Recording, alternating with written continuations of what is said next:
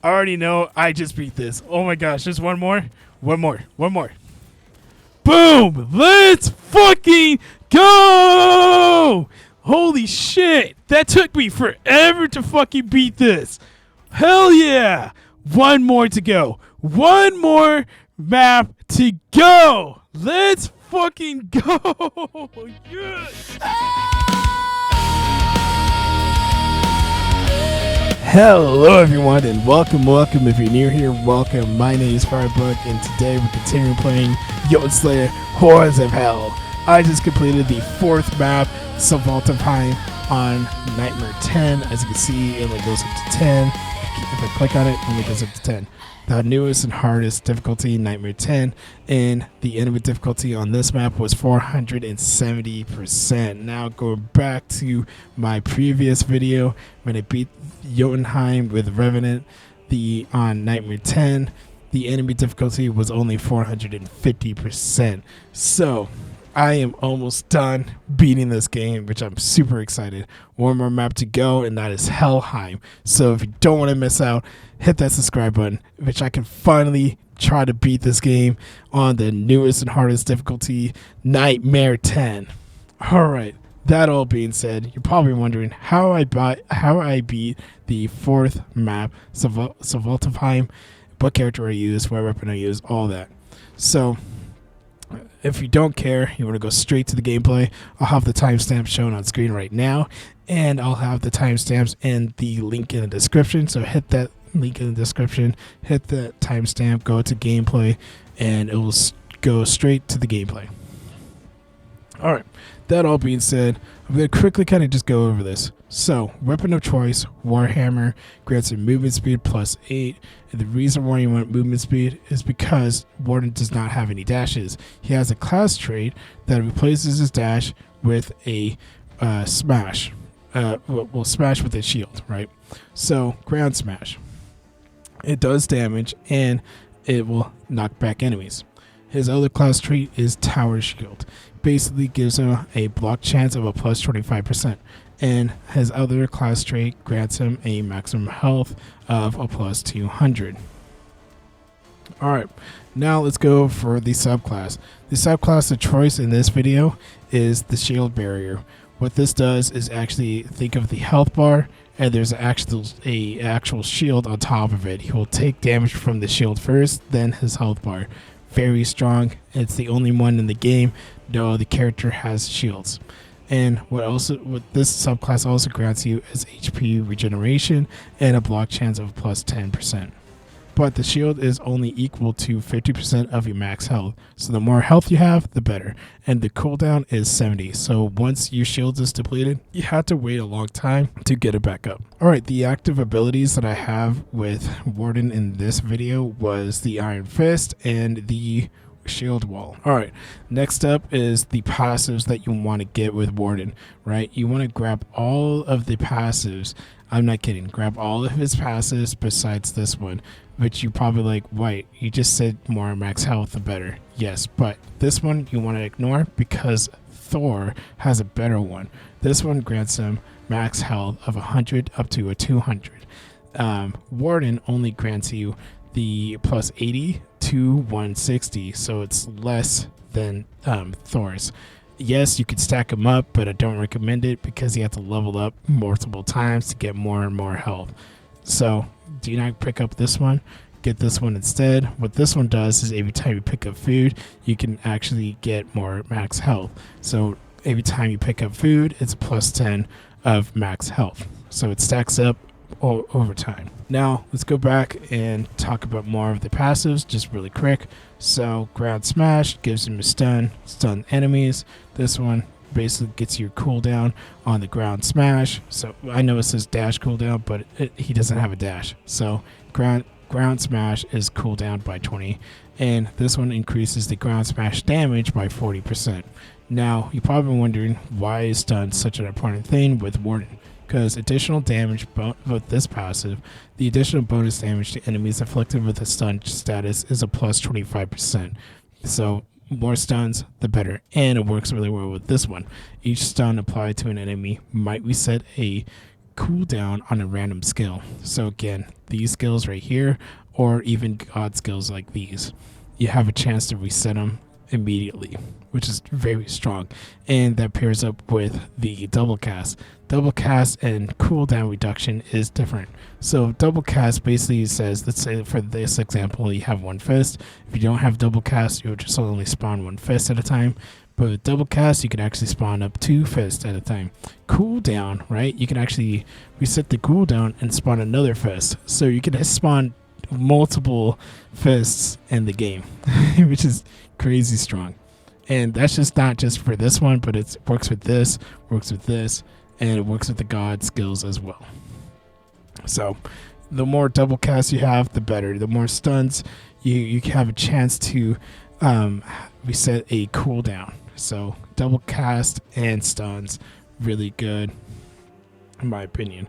But however, this one only procs when your health is low and has a chance of 15%, which also pairs up with Freya and Odin. So with Freya, she also has double cast with it, and this one gives you 7 to 21%, and double cast with Odin also gives you a double cast of +5. However, you also see that double cast is triggered. It can also heal you at 7 HP. So the more double cast you have, the better.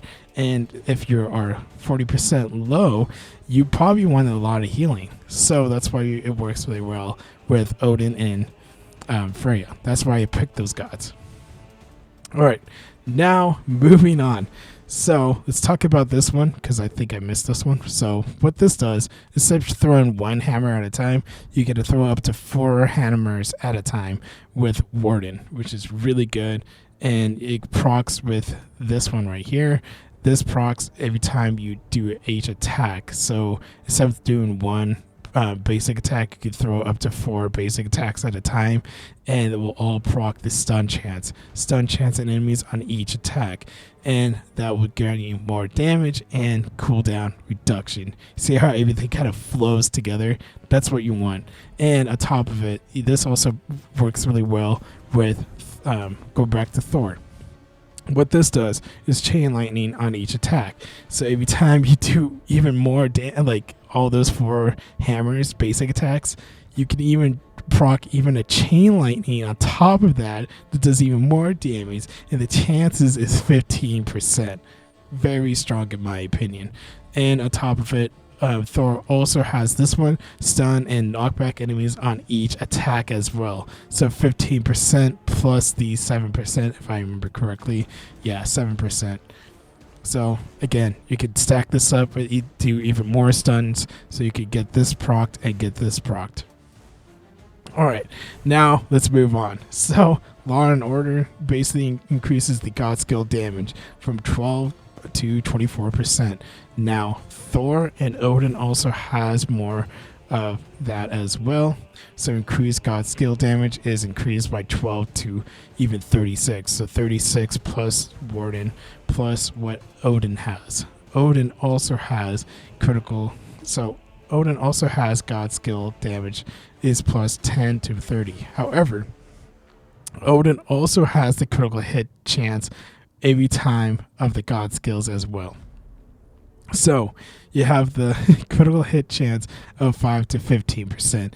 Yes, you can critical hit someone with the logo Ragnarok to do even more damage. So yes, you can stack this one up with Thor and Warden. Crazy, crazy. All right, moving on.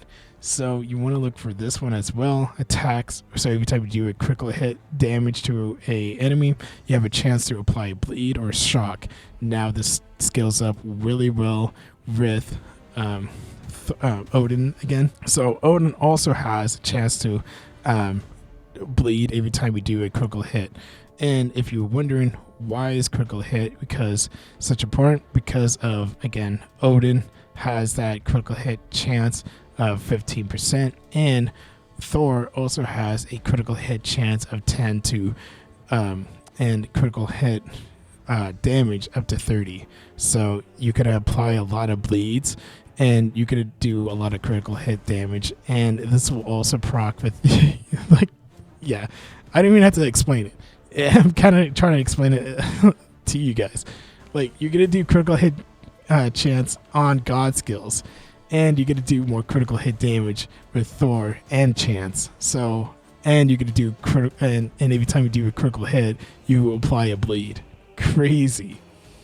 All right, moving on. So now you have blocks. So block, every time you successful block, you can knock enemies back. This one grants you more block chances. Also, your subclass also grants you 10 block chance, and your class trait also grants you a block chance of 25. And on top of it, every time you do a successful block, you can also stun the enemies. So you can block and stun the enemies and do more damage. And you could do the ground smash to stun more enemies and do more damage. And you can you gotta get the point. Everything kind of flows together. So yeah, more block, you can stun, and you can also reset your cooldown. Pretty strong, in my opinion. Moving on. Now you have this one. Every time you reflect chance, so this one grants you reflect chance. Every small projectiles, you can throw them back at them and do exactly the same damage, right? And on top of it, every time you do a reflect, so from 15 to 30%, every time you do reflect, you have you'll get a heal every time. So the healing is 3 to 6% of the hero's HP. Very strong. All right, now going back to Thor. So the ones you want to look for again is the chain lightning on each attack. This one grants you more stuns and knockbacks. This one grants you more health. This one grants you more god skill damage. This one, so you can actually do another chain lightning every time you get hit. And so the chances are at 35. So you can proc this one and this one, do more chain lightning. This one will grant you more critical hit chance and critical hit damage. This one will increase the lightning damage from all of Thor's skills. So this will proc and this will proc, and even this one because it has a shock chance. So there you go. That's why I paired it up with these, because it works all together. All right, moving on. Going back to Freya. Freya, right? Chance to stun enemies when being hit. So again, more stuns. You're going to do more damage. You're going to reset cooldowns, all that fun stuff. Next up is the double cast again. More double cast, the better. Works well with Odin and the Warden. Next up is this one, increase the damage inflicted by class skills. So the damage increases 30 to 60%. Very strong. Moving on with Odin. Odin passive, right? The ones you want to look for is this one. Damage is a +5. Damage versus elites is a +20. Very strong against those annoying ass elites. Next up is a +1 revive. I don't have to explain that one. Should be self-explanatory. Next up is increased attack damage with the hero's health. Attack damage per 100 health is a +3 to a +6. So again, the more health you have, the more you're going to do a little bit more damage, and you're going to be just more tanky, and your shield's going to get up even higher with the subclass. Very strong. All right, next up is this one. Again, critical hit chance with the god skills, and it will also do more damage to god skills as well, from a 15% on the critical hit chance, and the damage is a +10 to 30%. Next up is double cast. Every time you do double cast, you can heal up. Next up is this one. Every time you do a critical hit, you have a chance to apply bleed to nearby enemies. And lastly, you could do increase attack speed. So again, that will work really well with Warden with all those hammers that you're throwing out. So attack speed is +10 to a +30%. All right, one last thing to really mention is that, and I didn't know this, and I'm sorry for all the previous videos. I didn't know this for the longest time, but I just want to correct my mistakes because someone in the comments really pointed this out for me. So let me just explain. So I really thought for the longest time that you see all these god passives, and I know it says god permanent passive works for everyone, right? And I really believe that you had to at least put 1 point in it to unlock all of the god passive. And I'm just using Thor for example, right? So if I put 1 point in Thor, let's say like I grabbed his hammer, I unlocked all of his passive. I thought that's how it worked, because that's how it works with Warden, right? Because not just Warden, but the classes, right? If you read this, it says class permanent passive works only for Warden. If you go to Flame Sister, this passive only works with the Flame Sister, right? You kind of get the idea. So when I read that, I was like, okay, so I had to put at least 1 point in it so I unlock all that. That's not how the game works. So, and I tested this theory, and I might show that on the screen right now. So, for example, Freya. Freya has a passive that, well, a permanent passive that grants you 1+1 revive. If I turn this off, jump in the game, I don't actually have another revive. And if I turn this on, back on, I actually have a revive.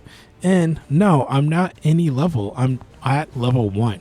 So that means all the god passes and permanent passives just carry over, and it doesn't matter what character you're playing, doesn't matter who you're playing, all of the god passes are just granted to you. So if you're a new player and you don't have any gold, and you have just a tiny bit of gold, then put all your points in the god passives, because apparently they all just kind of carry over no matter what you do. Doesn't matter if you didn't even put a point in, let's say, Freya, you still get the passive. So very strong, and I wish I knew that sooner. So and another thing, don't get confused with these permanent passives and these passives, right? The permanent passives, they're there forever. So you will unlock this forever in the game. The other passives, as the ones that you had to like actually get with Thor or with Freya or whoever you have, right? So these passes right here, this is like, I really want this one. You actually have to level up in the game, and you might have the chance to find this one when you level up with Thor. So those ones are different. And the same rules apply to all these other passives. So again, I'm using Thor as an example. So these ones, you have to level up, and then you could actually have a chance to unlock them, right? So that's why you see the level 8, level 15 next to them, right? So you kind of get the idea. But yeah, just want to point that out before I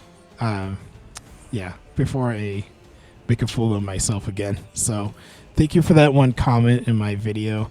I'm not going to say his name, but if you are watching, thank you so much for leaving that comment. It does not just help me, but helped everybody else. But yeah, anyways, going back, let's finally get into Svartalfheim on Nightmare 10 and Jotunnslayer Hordes of Hel.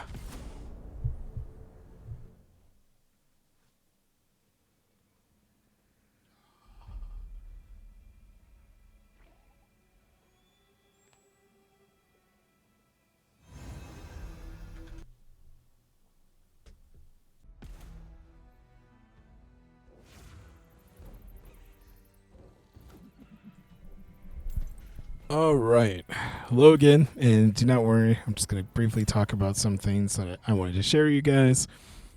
First things first, thank you so much for that comment in my other video.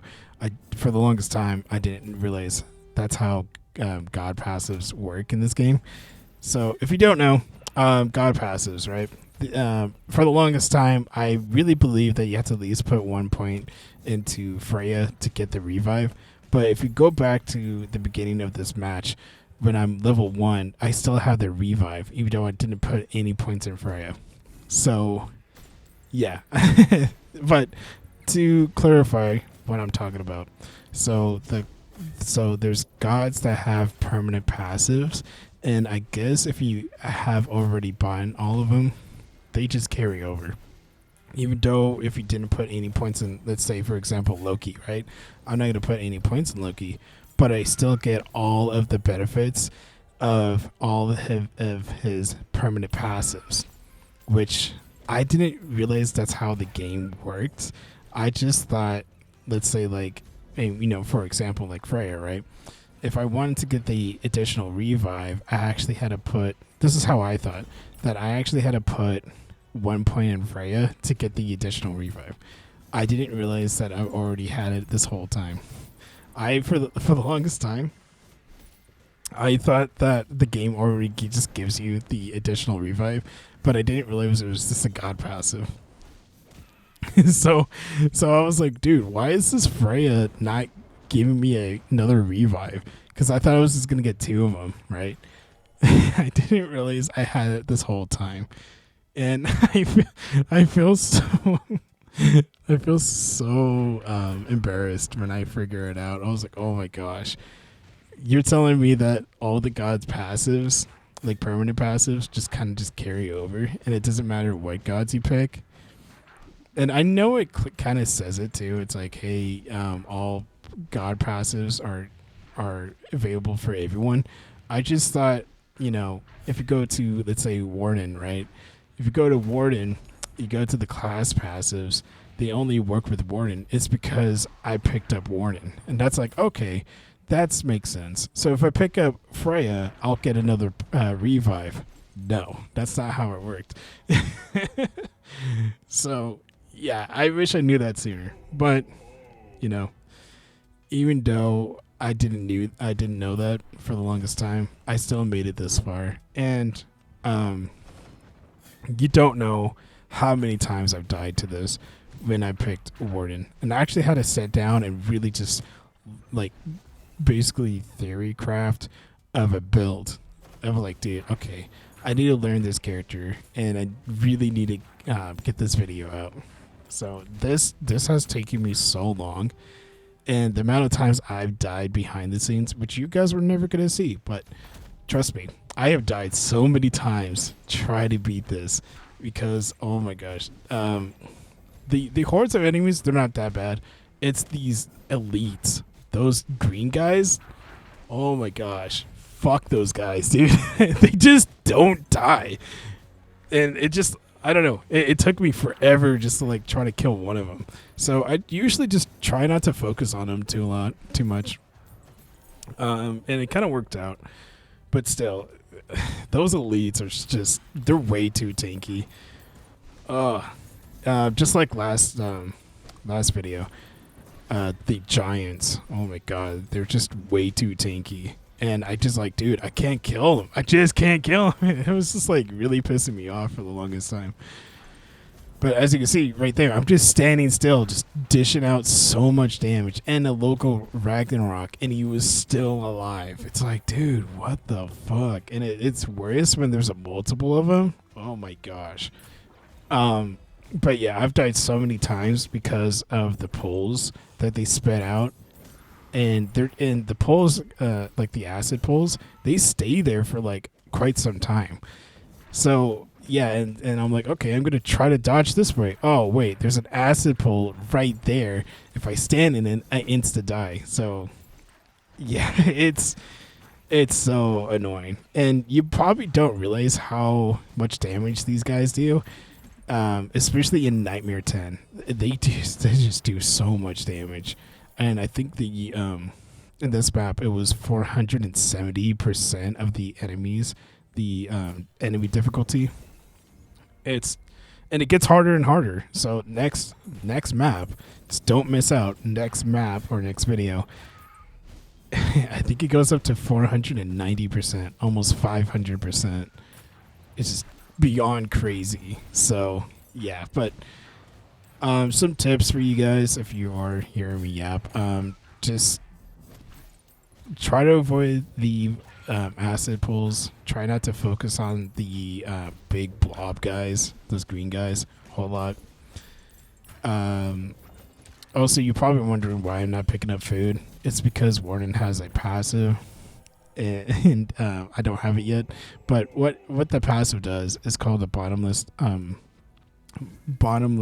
stomach, and what it does is every time you eat food, you get a plus 10 of each food that you pick up converted into max HP. So your max HP goes up even higher and higher. So yeah. Oh, right here, yeah, I get really close to dying. So, but do not worry, I think I prevail. But yeah, and that local Ragnarok has saved me so many times. I was almost tempted to get Scotty again because I was like, dude, I just kept dying. But I feel like I got really lucky in this video. Another thing I wanted to talk about with you guys is I'm gonna get a new graphics card pretty soon. I just bought it because of Black Friday, and I'm gonna start trying to shoot my videos in 4K once that graphics card gets here. I have an RTX 3060 right now, and I'm about to get a RTX 5060 Ti 16 gigs. So it's yeah, the video quality is gonna boost up a humongous a lot, right? So yeah, and I have skipped so many meals to save up my that much money to try to get that all those time. Like I remember there's some days that I'll just like not eat because I'm just like, dude, I need to save more money at the end of the year so I can get this graphics card. And I finally got it, and I was like, holy crap. But yeah, another thing I wanted to talk about was during this time of recording, I almost have 100 subscribers, and I am so excited. So yeah, ever since I have started to post videos of Jotunnslayer, my channel has grown so much, and I almost have 100 subscribers. So if you want to help me out to reach that goal, go ahead and subscribe so you don't miss out on the next video of Helheim. Then the enemy difficulty is up to 490% if I remember correctly, and I can finally beat this game on the hardest difficulty, Nightmare 10. It's going to be a huge achievement. So subscribe so you don't miss out, and subscribe so I can finally reach the 100 subscriber goal. I've been a small channel for I think 2 years now. I think 2 years. I can't remember when I first started making videos. But yeah, ever since I started playing this game, my channel has grown so much. And especially with the Nightmare series, oh my gosh, I gotten so much more subscribers and people commenting, people liking my videos. So it's all good. I'm like, this was my calling. But I just want to say thank you for everyone that have been supporting me, and hopefully I can reach my goal at the end of the year to reach 100 subscribers, and that's going to be a huge achievement for me. So yeah, anyways, I think that's really it. Oh, one more last thing. So I know I am going to beat, well, I have a feeling that I'm going to beat this game, right? I don't know for certain, but I know for sure if I did end up beating this game on Nightmare 10, and I know that new character comes out in December. I think it's December 2nd or 4th, if I remember correctly. New character comes out, new map can come out, which I still have to beat in Nightmare 10 on that one. But once I beat all that, I want to ask you guys, the viewers or my subscribers or whoever's watching this, Grandma, what are you doing here? Jokes aside, I wanted to ask you guys, what other game would you guys want to watch me play or try to beat or whatever? Because Jotunnslayer Hordes of Hel on Nightmare 10, I don't want to claim that I'm the first one to beat this on the newest and hardest difficulty, right? But the more I checked on YouTube, I still haven't seen anyone else kind of talk about it or beat it.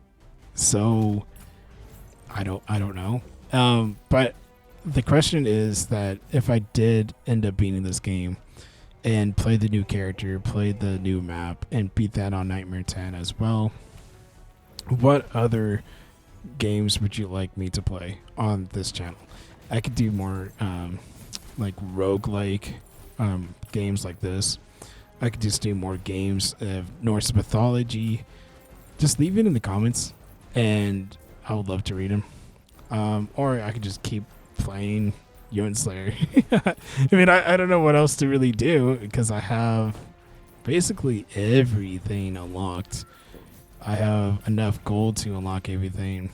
I have almost all the weapons. I guess I could do a full challenge run, right? Just do all the challenges. But yeah, I think I kind of beat the game fully. So, but just let me know what games would you like to watch me play or try to beat next. Leave it know in the comments down below. All right. That all being said, I know I yapped a little bit, but thank you so much for making it this far. Thank you so much for watching. Thank you so much for all the support. I'm almost there to 100 subscribers. I think at the time of this recording, I have 95. So only 5 more subscribers.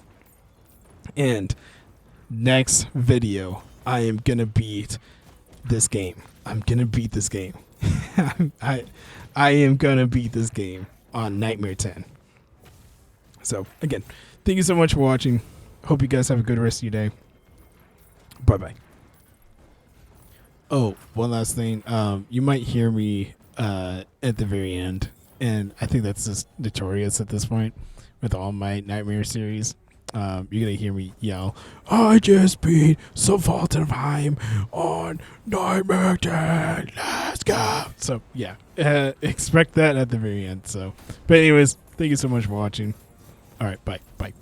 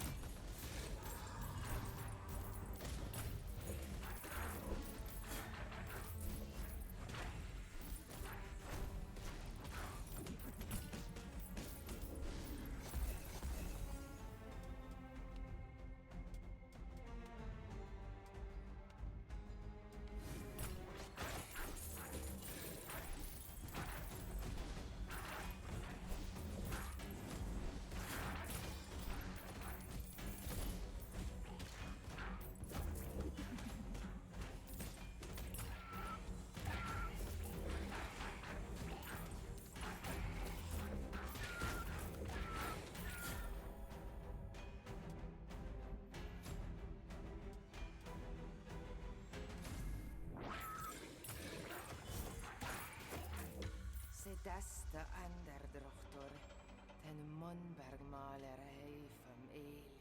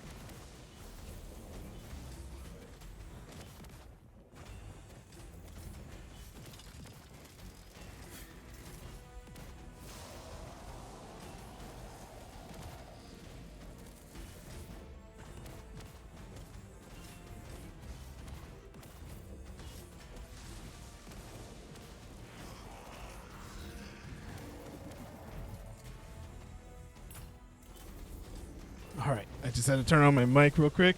Once I saw that third shield, I already knew I'm about to beat this. Oh my gosh, this took me for fucking forever. Holy shit. All I had to do, and if you didn't know, just had to stand next to these little light bulbs or whatever you call it, and he's basically dead. I already know I just beat this. Oh my gosh, just one more. Boom! Let's fucking go! Holy shit! That took me forever to fucking beat this. Hell yeah! One more to go. One more map to go. Let's fucking go! Yes! Yes! Holy shit! I beat it on Nightmare 10, the newest and hardest difficulty. Holy shit, that took me forever. This took me so fucking much. You guys have no idea how many days I have tried to beat this fucking map. Fuck those green guys. Fuck those elites. Holy shit. I think the boss was easier than the map itself. Anyways, thank you so much for watching. Thank you if you made it all the way this far. And subscribe so you don't miss out when I finally beat this game. Oh my gosh, I'm this close to beating this game. Let's fucking go!